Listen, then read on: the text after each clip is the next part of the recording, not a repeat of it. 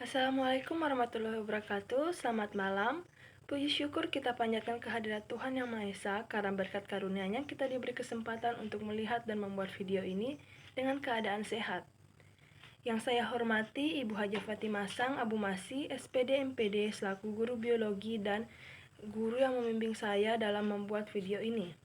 Sebelumnya, perkenalkan nama saya Dewa Inyoman Leonia Anissa Putri dari kelas 12C. Tujuan saya membuat video ini adalah untuk menyempurnakan penjelasan saya dari video pertama kemarin dengan video kedua ini. Baiklah, saya akan memulai penjelasannya. Sebelum saya menjelaskannya lebih dalam, marilah kita sama-sama untuk melihat gambar ini. Gambar ini adalah representasi visual yang sangat baik tentang bagaimana materi genetik kita, DNA, diatur di dalam nukleus sel kita. Ini menggambarkan sebuah prestasi pengemasan yang luar biasa, memasukkan meteran DNA ke dalam ruang mikroskopis. Saya akan menguraikan perjalanan yang ditunjukkan dalam gambar ini. Yang pertama ada DNA atau asam deoksiribonukleat. Di bagian atas ini, saya melihat struktur heliks ganda DNA yang ikonik. Ini adalah molekul dasar hereditas. Ini seperti tangga yang berpilin di mana anak tangganya terbuat dari pasangan basa kimia, adenin dan timin, guanin dan sitosin. Urutan basa-basa ini membawa semua instruksi genetik untuk membangun dan mengoperasikan suatu organisme. Yang kedua ada histon. Saat bergerak ke bawah, saya melihat untai DNA melilit protein berbentuk bola yang disebut histon. Histon sangat penting untuk pengemasan DNA. Saya membayangkan dalam gambar tersebut sebagai gulungan benang di mana DNA yang mirip benang digulung. Tingkat penggulungan pertama ini membantu memadatkan DNA. Yang ketiga ada nukleosom. DNA yang melilit inti histon membentuk struktur yang disebut nukleosom. Nukleosom ini adalah unit dasar berulang dari kromatin, kompleks DNA dan protein di dalam nukleus.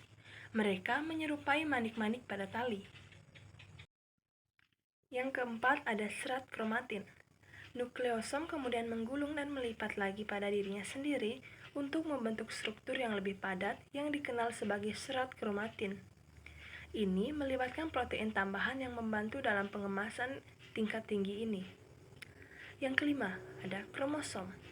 Akhirnya, selama pembelahan sel seperti mitosis atau meiosis, serat kromatin yang sangat menggulung dan terkondensasi ini semakin superkoil untuk membentuk struktur yang terlihat yang disebut sebagai kromosom. Struktur berbentuk X yang saya lihat di bagian bawah adalah kromosom yang telah digandakan. Masing-masing terdiri dari dua kromatid saudara yang identik yang digabung di sentromer. Kromosom adalah bentuk DNA yang paling padat, membuatnya lebih mudah untuk mendistribusikan materi genetik secara akurat ke sel anak selama pembelahan sel. Mengapa pengemasan ini penting? Menghubungkan dengan kehidupan sehari-hari saya, ini termasuk pembelajaran bermakna bagi saya. Sistem pengemasan yang rumit ini bukan hanya tentang memasukkan DNA ke dalam ruang kecil. Gambar ini menunjukkan memiliki implikasi mendalam tentang bagaimana tubuh kita sebagai manusia berfungsi dan bagaimana informasi genetik dikelola. Perlindungan. Memadatkan DNA melindunginya dari kerusakan. Bayangkan benang panjang yang halus, mudah kusut atau putus, menggulungnya dengan erat, membuatnya lebih kuat.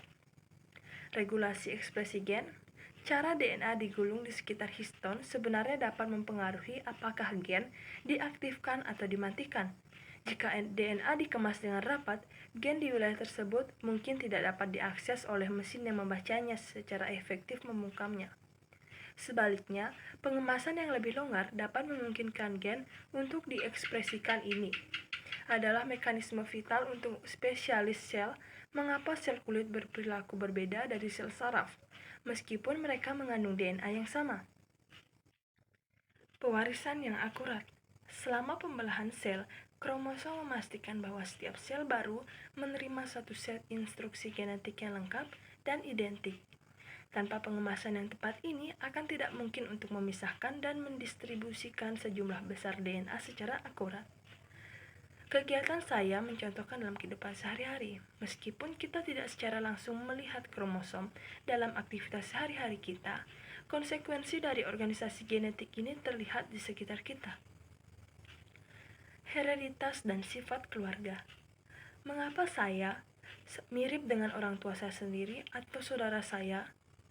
Itu karena saya mewarisi separuh kromosom dari ibu saya sendiri dan separuhnya lagi dari ayah saya sendiri.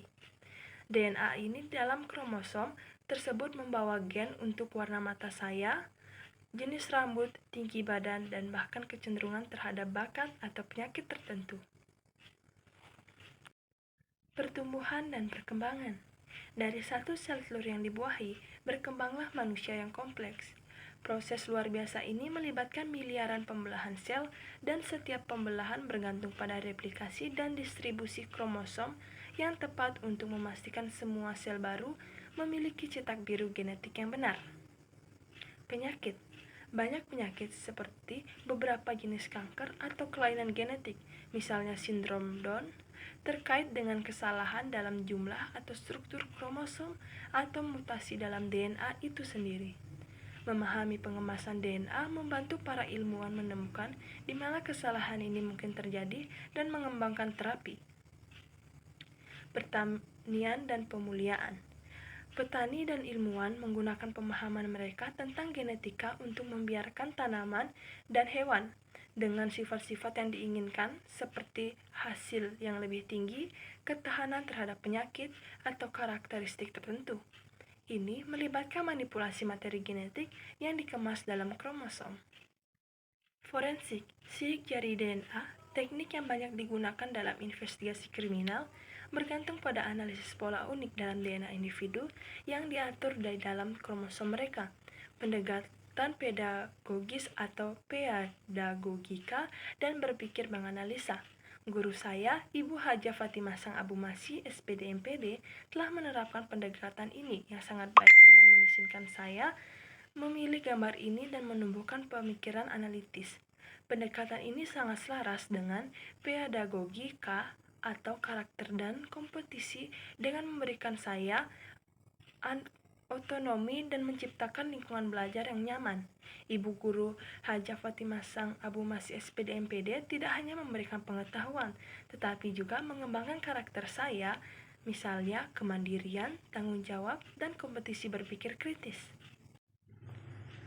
Pembelajaran berpikir menganalisa gambar, yaitu memilih gambar ini mendorong saya untuk menganalisis struktur dan proses biologis yang kompleks, bergerak melalui hafalan untuk benar-benar memahami mengapa dan bagaimana. Pembelajaran bermakna, yaitu menghubungkan konsep abstrak genetika dengan kehidupan sehari-hari saya, membuat pembelajaran relevan secara pribadi dan mudah diingat. Ini adalah cara yang ampuh untuk memastikan pemahaman jangka panjang dan apresiasi terhadap subjek. Kesimpulannya, yaitu gambar pilihan saya adalah titik awal yang sempurna untuk mendalami genetika. Ini sangat indah menggambarkan organisasi luar biasa dari cetak biru kehidupan. Kemampuan saya untuk menghubungkan konsep ilmiah ini dengan pengalaman sehari-hari saya dan menghargai pendekatan pedagogis Ibu Guru Hajah Fatimah Sang Abu Masih SPD MPD.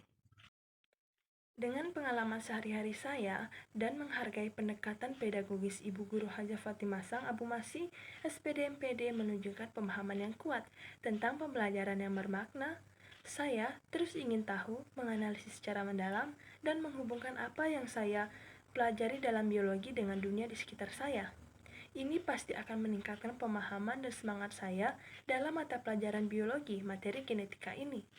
Semoga video yang saya buat ini bermanfaat untuk diri saya sendiri dan seluruh murid Indonesia, khususnya teman-teman di SMA Negeri 1 Penidaha, Kabupaten Konawe, dan Sulawesi Tenggara.